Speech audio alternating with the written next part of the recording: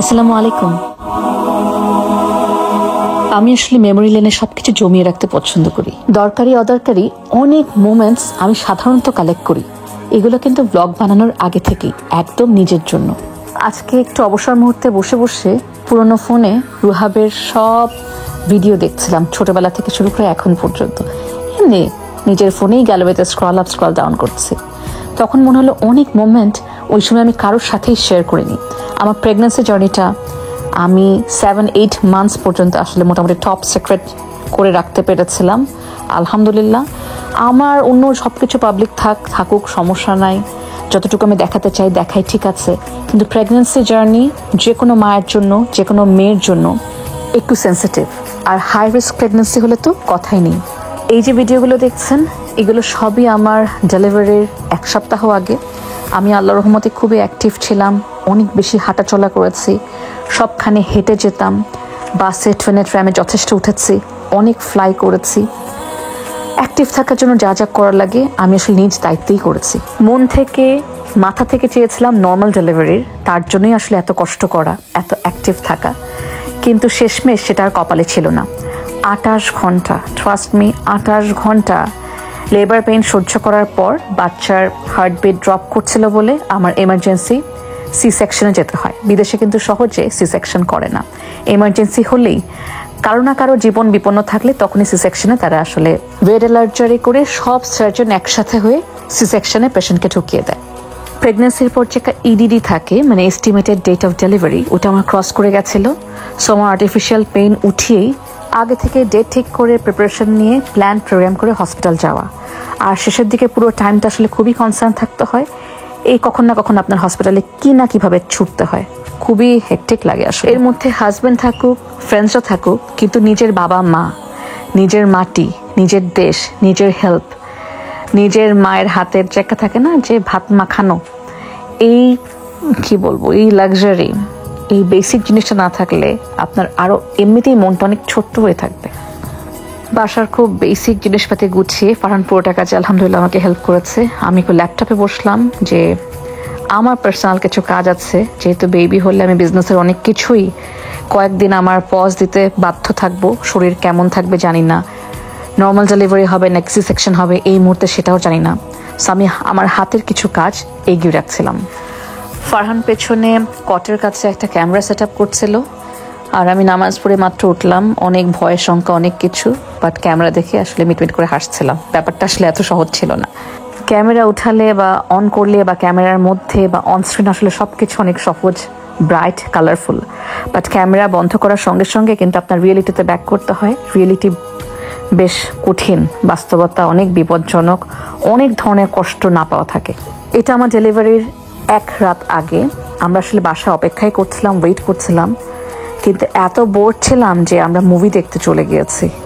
মনে হচ্ছিল যে আচ্ছা 2টা ঘন্টা একটা অন্য কোথাও স্পেন্ড করে আসি, কারণ বন্ধ বাসায় শীতের মধ্যে যখন থাকবেন ডেলিভারির চিন্তা থাকবে, অন্য কোনো কিছু আর মাথায় কাজ করে না, উল্টা স্ট্রেস কাজ করে। আমাদের ব্যাগ বোচকা মোটামুটি রেডি, এগুলো আমরা অনেক আগে আসলে রেডি করিনি, শেষের দিকেই করেছি। এই যে ফ্রিডাম আমি কিনেছিলাম, বিশ্বাস করেন এগুলো আমার কিচ্ছু ইউজ হয় নাই। সবই নর্মাল ডেলিভারি পরবর্তী সব দরকারি জিনিসপাতি, মেডিকেলের জিনিসপাতি। আসলে আমরা প্ল্যান করি একরকম আর আল্লাহ করে আর এক রকম। সো প্ল্যান করে খুব একটা হয় না। এটা ডেলিভারির দিন সকালবেলা উঠে সকাল সকাল যাচ্ছি। আর আমার জন্য আমার খুব খারাপ লাগছিল, মার জন্য খুব খারাপ লাগছিল যে মা কত হাজার মাইল দূরে বসে মেয়ের কথা চিন্তা করছে, যে মেয়ের ফার্স্ট বেবি হচ্ছে, সে কাছে নাই। আর আমারও খুবই অদ্ভুত একটা ফিলিং লাগছিল যে আল্লাহ যাওয়ার পর কি হবে। খালি গল্প শুনি, মুভিতে দেখি, এত ব্যথা আমি কিভাবে সহ্য করব। ডিপ ইনসাইড আমি জানি আমি আল্লাহর রহমতে যথেষ্ট স্ট্রং। আমি সহজে উ সাউন্ড আসলে করি না, মানে রক্ত বের হওয়ার আগ পর্যন্ত আমি আসলে চুপচাপ থাকি, as if nothing happened. So আল্লাহর নামে বের হলাম। আমি তো 1.5 বছর পর ভিডিওগুলো দেখছি। এই যে গাড়িতে করে আমি বাসা থেকে হসপিটাল যাচ্ছি, আমার ছিল হোমাটন হসপিটাল। আমি ইচ্ছা করে বাসা থেকে বেশ দূরেই হসপিটাল নিয়েছি, বিকজ ওটার রেটিং খুব ভালো ছিল, আউটস্ট্যান্ডিং রেটিং ছিল। সো আমি কষ্ট করে জার্নি করে করে ওখানে যেতাম।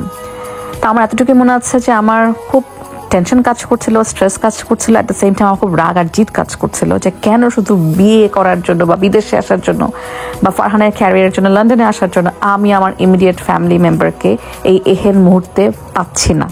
মানে এই রাগ জিতটা আমার মনের মধ্যে আবার অ্যাট দ্য সেম টাইম কাজ করছিল। এটা একটা মিক্সড ফিলিংস। বাট ফারহান আমার জন্য থাকে না ফার্স্ট বেবি, কেউ কিচ্ছু জানে না, নতুন বাবা মা। আর বিদেশে কিন্তু হসপিটালে আসলে বাবা মা ছাড়া আর কাউকে, বাইরের কাউকে ঢুকতে দেয় না, থার্ড পার্সন অ্যালাউড না। তো ফারহানের সর্বোচ্চটা দিচ্ছিল, ওইটা যেহেতু আমি বুঝতে পারছিলাম, ওটা দেখে আবার মেয়েদের কি হয়, মনটা গলেও যায়, ভালোও লাগে। তো আল্লাহর নামে হসপিটালে জার্নি শুরু করলাম। যাওয়ার সঙ্গে সঙ্গে আসলে হাতে একটা এরকম ব্যাজ বা ব্যান্ডের মতো পরিয়ে দেওয়া হয়, যেখানে আপনার নাম অ্যান্ড ডিটেলস লেখা থাকে। অ্যাট দ্য সেম টাইম আমি শুধু চিন্তা করছিলাম যে নেক্সট কিছু ঘন্টা আমি কিভাবে পার করব।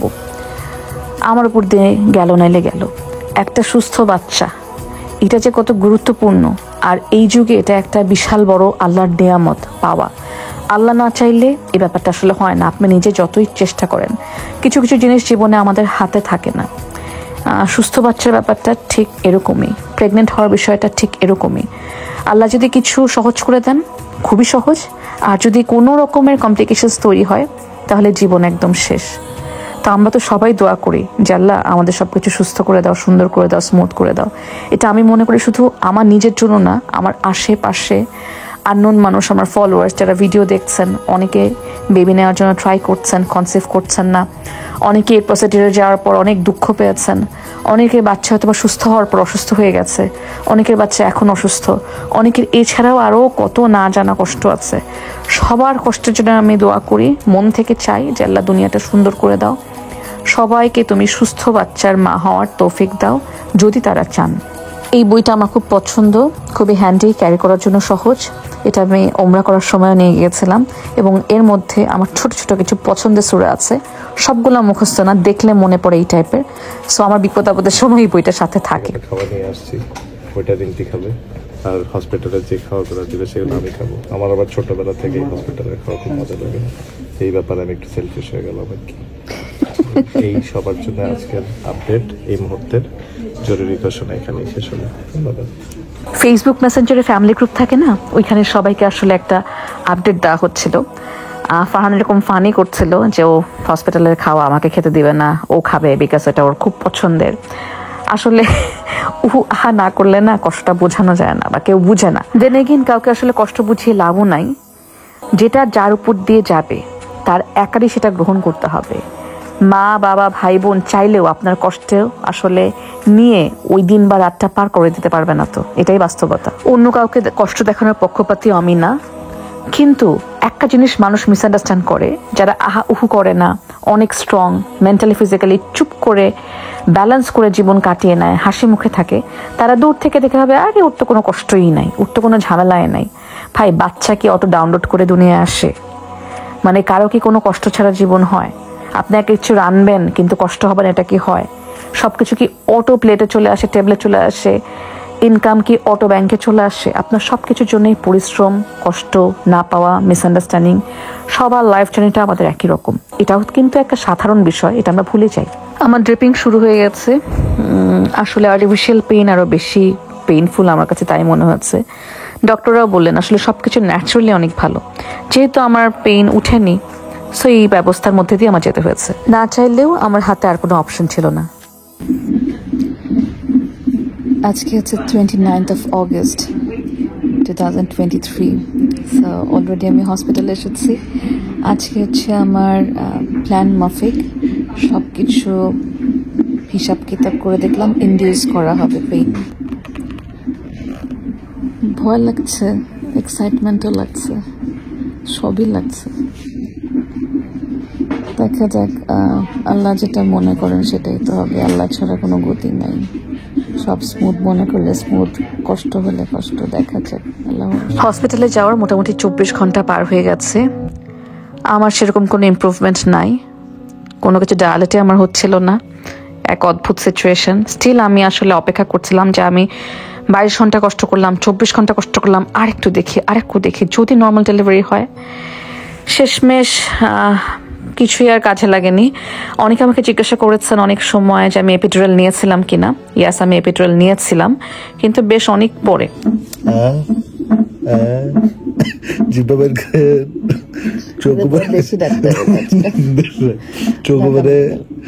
ডানে বামে জিব্বা জোরে জোরে কাশেন। ঠিক আছে, আপনি সুস্থ আছেন, বাসায় চলে যান। ফারহান মিয়ার আমোদ প্রমোদের ফাইজলামি শেষ হয় না। এনিওয়ে, এই ভিডিওটা ফাইনালি ওটিতে সবাই ডিসিশন নিল 28 ঘন্টা পরে আমার এমার্জেন্সি সি সেকশনই করতে হবে, না হলে আসলে ব্যাপারটা খুবই রিস্কি হয়ে যাচ্ছে। বিকজ আপনি যখন স্ট্রেসে থাকবেন 28-29 ঘন্টা লেবার পেইনের পর, বেবিও স্ট্রেস আউট হয়ে যায়, এটা বাচ্চার জন্য খুব খারাপ, সেক্ষেত্রে হার্টবিট ফল করে, আরও অনেক ধরনের লাইফ থ্রেটনিং সিচুয়েশন তৈরি হয়ে যায়। আমি আজকে ভিডিওর মধ্যে কোনো কাটছাট বা এডিট করছি না, বিভিন্ন সময় ফারহানের হাত থেকে নেওয়া, আমার হাত থেকে নেওয়া একদম র ফুটেজগুলাই ওইভাবে উঠিয়ে দিচ্ছি অ্যাজ ইট ইজ। ওই যে আমার আপনাদের সবার ছোট্ট রুহুকে দেখা যাচ্ছে, আমি ওর চেহারা দেখে ভাবলাম যে আচ্ছা একটা নর্মাল বেবি তো হয়েছে আলহামদুলিল্লাহ, পরেরটা পরে, আরও তো কত কিছু চেক আপের ব্যাপার থাকে, ভয় লাগে।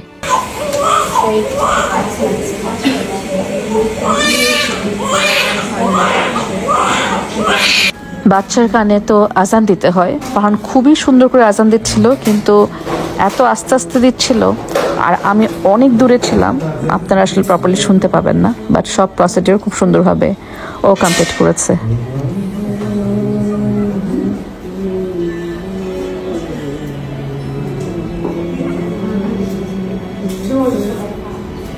এই যে রুহাবের ফার্স্ট লুক, রুহাবের বয়স আলহামদুলিল্লাহ আজকে এখন এই মুহূর্তে 1 বছর 6 মাস। তো এই ভিডিও আপলোড করতে করতে চিন্তা করেন 1.5 বছর পার হয়ে গেল। এত ঢিলা পাবলিক আমি, তারপরেও এটাকে কোনোভাবেই লেজি ব্লগ ভিডিও কিছুই বলা যাবে না। এটা আমার জীবনের খুবই গুরুত্বপূর্ণ অংশ, মনে রাখার মতো, স্মরণীয় করে রাখার মতো, মৃত্যুর আগের দিন মনে করব, করা যায়, এরকমই একটা ইম্পর্টেন্ট ঘটনা। এই হচ্ছে রুহাবের ফার্স্ট লুক। আমি জুম ইন করে যতটুকু দেখছি এতটুকুই দেখেছি, ওকে এখনো কোলে নেইনি, কাছ থেকে দেখেনি, নাক চোখ মুখ কেমন হলো, কি অবস্থা, কিছুই দেখিনি। আর ওই সময় আসলে মারা পুরা ঘোরের মধ্যে থাকেন। আমার কাছে মনে হচ্ছিল আলহামদুলিল্লাহ, সাচ এ রিলিফ, বাচ্চাটা এখন পরিপূর্ণভাবে সুস্থ থাকলেই হয়, আমারটা নিলে আমি রিকভার করে নিব, আমার এরকম মনে হচ্ছিল। কিন্তু আমার রিয়েলাইজেশন হচ্ছে সি সেকশনে পরবর্তী মানে পোস্ট সার্জারি পিরিয়ডটা খুবই ভয়ঙ্কর। আর কেউ দয়া করে এই সময় হসপিটাল ছাড়বেন না, দেশে থাকেন বিদেশে থাকেন, এটা আমার অনেক বড় রিকোয়েস্ট। আপনার পরে আমাকে দোয়া করবেন। আমি মাতব্বরি করে বাসায় আসবো, শাশুড়িকে আম্মিকে রেখে গিয়েছি, আমার মনে হচ্ছিল হসপিটাল না থেকে বাসায় চলে আসি। সো আমি অনেক কায়দা কানুন করে বাসায় চলে এসেছি। এখানে কিন্তু হসপিটালে সহজে রাখতে চায় না, সেখানে ওরা আমাকে রাখতে চাচ্ছিল ভাব, আমি চলে এসেছি। পরে আমি যত সাফার করেছি, আমার প্রেগন্যান্সি বলেন, ডেলিভারির এই 28 ঘন্টা লেবারের থেকেও আমি বেশি সাফার করেছি হচ্ছে পোস্ট প্রেগন্যান্সি টাইমে। 10 মাস আমি পাগল প্রায় ছিলাম, আমাকে চেনা যাচ্ছিল না, আমি বাচ্চাকে কাছেই নিতে পারছিলাম না, আমি বাচ্চা কি অবস্থায় আছে আমার ওটা দেখার মতো অবস্থা ছিল না। ইট ওয়াজ হরিবল। এবং এখানে তো জানেন কোনো হাই ডোজের কোনো পেইন কিলার দেয় না, বাসা চলে আসলে অ্যান্টিবায়োটিক দেয় না। সো আমাকে নর্মাল একটা দেশি স্টাইলের প্যারাসিটামল দিয়ে এই সার্জারির পেইন কি বলবো 8-10 দিন নিয়ে থাকতে হয়েছে, ভয়ঙ্কর, মানে আমি এটা বুঝাতে পারবো না। সো সি সেকশন হলে যতটা পারবেন 4 দিন 5 দিন 7 দিন 10 দিন হসপিটালে সবাই থেকে আসবে। আমি খুব ধাতস্থ হওয়ার পর রুহুকে আমার রুমে দেওয়া হলো, রুহুর সাথে অফিসিয়ালি ভালোভাবে মাথা ঠান্ডা হবে, এটা আমার প্রথম দেখা, একদম প্রথম দিকের ক্লিপে। একটা মেয়ে যেদিন জানে যে সে প্রেগনেন্ট, আমার মনে হয় সেদিন থেকে তার জার্নিটা শুরু হয়। কিন্তু বাবাদের বাবা হয়ে ওঠার জন্য আসলে বেবি হওয়ার পরও কয়েক মাস, অনেক সময় বছরও লাগে। দেখলাম রুহাব মিয়া দুনিয়ায় এসে খুবই দুশ্চিন্তাগ্রস্ত, তার কিছুই ভাল লাগছে না, সূর্যের আলোও ভাল লাগছে না, অন্ধকার রুমও ভাল লাগছে না, মানে খুবই কেমন একটা বিষণ্ণ অবস্থা সে পড়ে আছে। এটা তো ওর জন্মের একদম ডে 1 ভিডিও। ওই সময় আমার মনের অবস্থা হচ্ছিল যে আমার বিশ্বাসই হচ্ছিল না এটা আমার বাচ্চা বা আমার পেট থেকে বের হয়েছে, কিভাবে হাত পা হলো, আল্লাহর কি বড় একটা মানে নিয়ামত, আল্লাহ না চাইলে এটা কিভাবে সম্ভব। এবং আল্লাহ চাওয়ার পরও আসলে বিশ্বাস হয় না যে এরকম হয়েছে। আসলে খুশি লাগে, হ্যাপিনেস কাজ করে, এটা না হলে লাইফ ইনকমপ্লিট। কিন্তু এখন আমার মাঝে মাঝে বিশ্বাস হয় না যে আমি কি এটা পারছি, আমি কি এটা করেছি, এটা আমার মাধ্যমে হয়েছে। আমার ব্যাপারটাই খুব অদ্ভুত লাগে। এভাবেই প্রত্যেকটা মা মন হয় আস্তে আস্তে পরিণত হয়। এই ফেক প্লাস্টিক যুগে রূপক অর্থে যদি আমার ভ্যালেন্টাইন বলেন, তাহলে কিন্তু আমার রুহাবই আমার ভ্যালেন্টাইন। ফারহান মিয়া এখন লিস্টের একদম টপ চার্ট থেকে 2 নম্বরে চলে গেছে। আশেপাশে ভ্যালেন্টাইন্স ডের এত কিছু দেখে মনে হলো রুহাবের জন্মের ভিডিওটাও পোস্ট করা হয়নি, আবার ভিডিওটা আমি দেখছিলামও, হাতেও পেয়ে গেলাম ক্লিপগুলো, মেমোরি লেনেও থাকুক। এবং ভ্যালেন্টাইন্স ডেতে আমার ভ্যালেন্টাইন, আমার জীবনের 1 নাম্বার ভ্যালেন্টাইন কিভাবে দুনিয়ায় আসলো, আমার জার্নিটা কেমন ছিল, আপনারা যেহেতু রুহাবকে এখন দেখছেন, প্রতিদিন আপনাদের সামনে রুহাব একটু একটু করে বড় হচ্ছে, তো একদম শুরুর দিকে সিক্রেট টাইমের কিছু স্পেশাল ভিডিও আপনারা জানার, দেখার বা আমার সাথে আসলে কি বলবো ওই এক্সপিরিয়েন্সটা এই ব্লগের থ্রুতে নেওয়ার অধিকার রাখেন আর ডিজার্ভও করেন। প্রেগনেন্সি টাইমে আমি একদমই খেতে পারিনি, বমি করতে করতে অবস্থা খারাপ। সো আমার 10 kg আমি ওয়েট লস ছিল, তারপর আসলে আমি ওয়েট গেইন করেছি। তো ওভারঅল আমি এখনকার থেকে আমার কম ওয়েট ছিল তখন। এই যে রুহাব চেহারা এত পরিবর্তন, অ্যাক্টিভিটিতে এত চেঞ্জ, আসলে আমার মনে হয় যে 0 থেকে 1 ইয়ার পর্যন্ত একটা বাচ্চার যে ধুমধাম একটা পরিবর্তন আমরা দেখি, এত ফাস্ট জীবনে আর কোনো কিছুই বদলায় না, চোখের পলকে সবকিছু একটু একটু করে পরিবর্তন হয়। রুহাবের বয়স এখন এই মুহূর্তে মাত্র 1.5 বছর, আলহামদুলিল্লাহ। 1.5 বছরের বাচ্চাও আসলে খুবই ছোট, একটা ল্যাদা পুচ্ছ একটা মানুষ। তারপরেও যখন এই ভিডিওগুলো দেখি, আমার না মা হিসেবে খুবই মায়া লাগে, মানে আরে কতটুকু ছিল, কিভাবে টাইম চলে গেল। আর আমি জানি আমার ভাই বোনের এইসব ভিডিও দেখলে আফসোস লাগে যে রুহাবকে আর তারা এখন পর্যন্ত ধরতে পারেনি, দেখতে পারেনি, এই লাদা বাচ্চাটাকে কোলে নিতে পারেনি। ওরা হয়তো বা মুখে এত বলে না, মাঝে মাঝে একটু একটু করে জানান দেয়, কিন্তু এটা আমি নিজেই ফিল করি। আপনারা ঠিক ভিডিওতে বা বিভিন্ন আমার ছোটখাটো পোস্টে রুহাবকে উপর উপর দিয়ে যেভাবে দেখেন, দূর থেকে আমার বাবা মা এসে দেখে গিয়েছিল 1 মাসের জন্য। তাছাড়া সবার, আমার পুরো পরিবার, যে পরিবার নিয়ে আমি সবসময় গর্ব করি, মিস করি, তাদের কাছে থাকতে চাই, আমার পুরো পরিবার কেউ এখন রুহাবকে দেখেনি। দোয়া করেন যেন খুব তাড়াতাড়ি আমাদের সুন্দর একটা মিলন মেলা হয়। বাচ্চা তো এখন হাঁটতে হাঁটতে মোটামুটি দৌড়াতে শিখেছে, আমার ওর পিছিয়ে দৌড়াতে হয়। এটাও আসলে 1-1.5 মাস আগের ভিডিও, নতুন ভিডিওগুলো আমার এই ফোনে নাই। আচ্ছা, এমন এমন ভিডিও দিয়ে ভিডিওটা তৈরি করলাম যেটা আসলে আপনারা কখনোই দেখেননি, একদমই র ফুটেজ। কেমন লাগলো জানাবেন। তার থেকে আসলে ইম্পর্টেন্ট হচ্ছে, না জানালেও হবে, রুহাবকে দোয়াতে রাখা, আমার হোল ফ্যামিলিকে দোয়াতে রাখা। আজকে এই ভিডিওটা আমার খুব কাছের, মনের কাছের, কারণ এখানে আমি প্রেগন্যান্সির ছোট্ট একটা ঝলক, একটা জার্নি দেখিয়েছি, যেটা ওই সময় একদমই টপ সিক্রেট হিসেবে রাখা ছিল, কেউই জানতো না, বাবা মা ভাই বোন ছাড়া। ভাবে আমি কখনোই সোশ্যাল মিডিয়াতে এগুলো পোস্ট করিনি।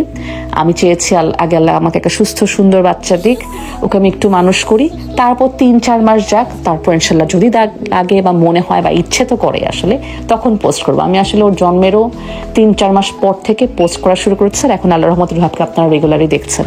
অবশ্যই আমার বাচ্চাটার জন্য দোয়া করবেন। আজকে আসি, আল্লাহ হাফিজ।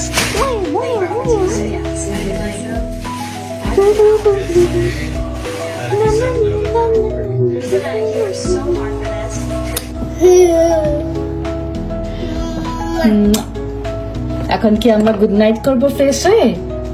হ্যাঁ।